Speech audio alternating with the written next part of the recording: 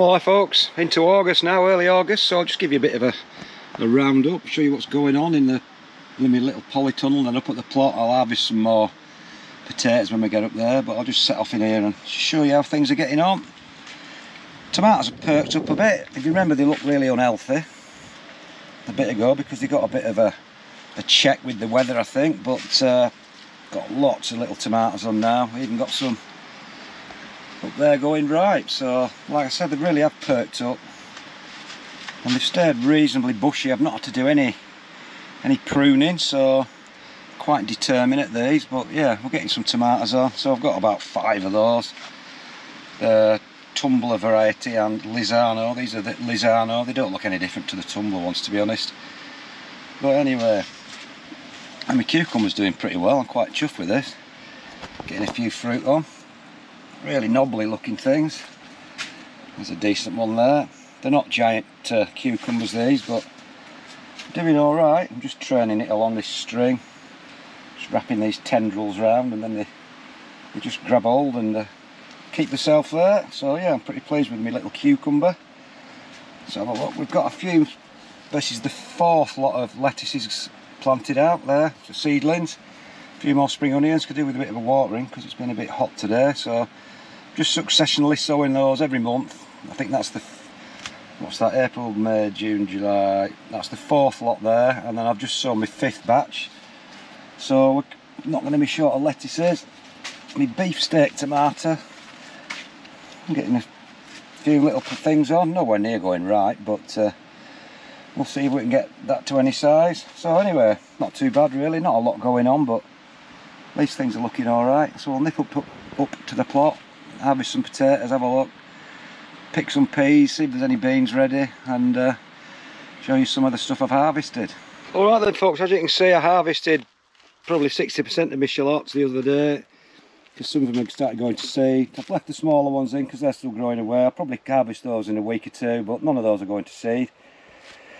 And I harvested most of my onions, so I've put those in for storage now, just dry out. I've left some of these bigger ones, the ones with the big fat necks like that never seem to store very well. I mean, they're a decent enough size, but I'll just pull those up and eat them as I need them now. There's only about 20 or so we'll just eat those now when we need to. But like I said, most of the others all been harvested, so not too bad. Garlic's still hanging on, might get to the end of this month. Got quite a bit of rust on it now, so I just want to give it as much time as I can for any bulbs to start swelling a little bit. So we'll just have a look at the polytunnel at what I've harvested so far. So these are the onions, like this, not a bad size, plenty big enough for me. A few big ones, but I mean, for me that's an ideal onion size. Nice small neck on it, so it'll shrivel up really well, store perfectly. Got plenty of those, not that many red ones because a lot of those went to seed. And these are some of the shallots that hadn't gone to seed, so these should again nicely shrivel up. Not a bad size again, perfectly adequate size. A few more there, so got quite a lot of onions under storage drying out now. I think I'm going to sacrifice this courgette plant because, to be honest, we just don't eat them. And I'll use the soil to keep growing my lettuces in, maybe in autumn time when the weather gets a bit bad. So, like I said, it's just a waste of time me growing courgettes because they never seem to get eaten. So if I just open this door, it's a bit crowded in here now. I'll show you the cobra beans. As usual, just loads and loads of them. So we'll be taking a few of these tonight. They just keep going and going and going all the way along. As you can see, these are hanging down because I train them up and along, right up to the top, and they'll even keep growing. So there's probably equivalent of them being about 14 foot tall because there's about 6 feet upwards and then another 6 or 8 feet across the top. But yeah, as you can see, they just keep powering on. Loads and loads of beans, armfuls. So if you ever want a really reliable climbing French beans, folks, you can't beat Cobra, and once people have tried them, they never stop growing them. Got another cucumber in here, needs a bit of a train up, it's coming along well. It's a bit slower than the last one, but not too bad. So we'll have a look at some of the other bits. So these are the first lettuces they're growing. As you can see, some of them have gone to seed a bit, but the multigrain, as I'm always banging on about, even after all this time, they're all really compact and not going to seed at all, and they stay in really good condition, even those over there. So I mean, they're a fantastic variety, multigrain, whereas cos and some of these, like I say, you can see go to seed and just bolt. Multigrains just stay compact for months and months, to be honest. So the second and third lot of spring onions doing really well now. I keep harvesting these all the time.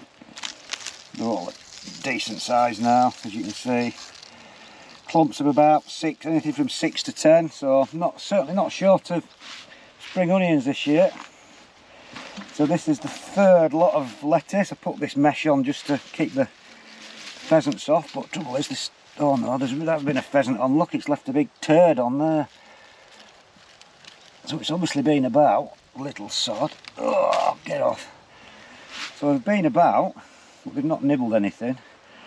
But the trouble is I need to remove this because the lettuces are growing through it, so I'll have to figure something out to keep them on. Maybe make a wigwam like that or something like that. I think I'll do that. But yeah, third lot of lettuce coming along really nicely. Potatoes still growing, the ones that are looking a bit withered. I think we've got in a bit of blight now on some of the early ones, so I'll be harvesting one of these later on in the video. As you can see, even the blue Danube's got a little spot of blight there. So they're not the strongest blight tolerant out these blue Danube, but the tubers are really blight tolerant, so even if the plant gets it, it won't go into the tubers. So that's good. My Soul sunflower with a bee on it. It's just one of the little dwarf ones. It's the only one I've got this year. There's some of the big ones in a pot, but just not had it this year, not been growing. So on to the peas. I've grown 2 second lots of peas, second batches. I think they're about right. Hurst green shaft. It's about the right size to be picking. I've just chucked them up against this bit of chicken wire here, and I've not really tied them up, so I probably could do with another few days growth, to be honest. But done really well in this soil. This is my ex-polytunnel soil, and it's nice and deep and rich, so done pretty well. And my sweet peas, from being an absolute disaster early on, they've just absolutely exploded in the last couple of weeks. Look at that. Spencer mix these are, but I'll show you something. They've got the longest stems of any sweet peas I've ever seen. Look at that, from there all the way along. That's nearly 2 foot long. The stem. Got really long stems. I don't know why that is. But anyway, yeah, done really well, and the fragrance of them is absolutely gorgeous. Crocosmia has come out again.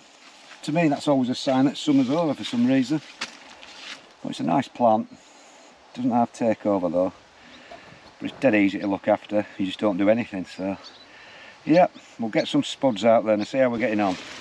Right then, folks, we'll try a pot of Nicola this time. Last time it was Jazzy. We'll try Nicola this time, see how they get on.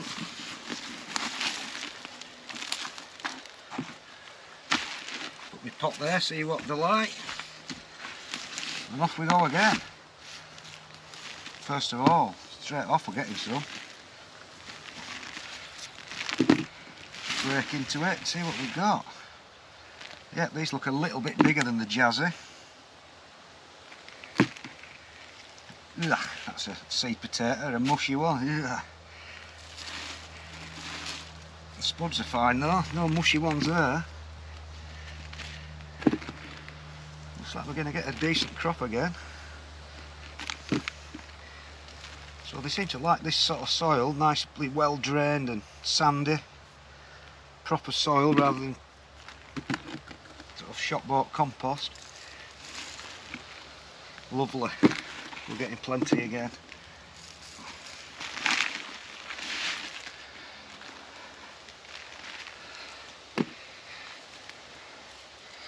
Just shake these leaves off. Nice big one there. I tend to get quite a lot of Nicola up near the top actually. Just get these roots out. Get a few more out. 3 seed potatoes again. A couple of handfuls of bloodfish and bone, and a little handful of this spuds galore. It must be something to do with the soil or the cob fertiliser, because the weather's been atrocious, so why we should get a decent crop of potatoes this year is beyond me, but they've done well this year. So let's just have a bit of a rifle through, see what we get to.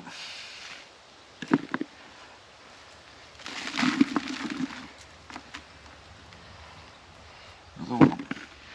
So like I said, the best thing about this is I can use this compost again, this soil, because it's proper soil. Just need to add some more, a bit more fertiliser next year. I think that's about it. So I don't, to be honest, think there's quite as many as were in the Jazzy, but nonetheless it's still a decent crop. There's a little one there. So yeah, I don't think it's been quite as productive as the Jazzy, but it's still not a bad crop really, is it? Probably about £3 there again. So that's my Jazzy, no not Jazzy, that's Nicola. And that's how things are going at the moment, folks. So, I'll grab hold of my camera. That's about it, folks. I'll see you later.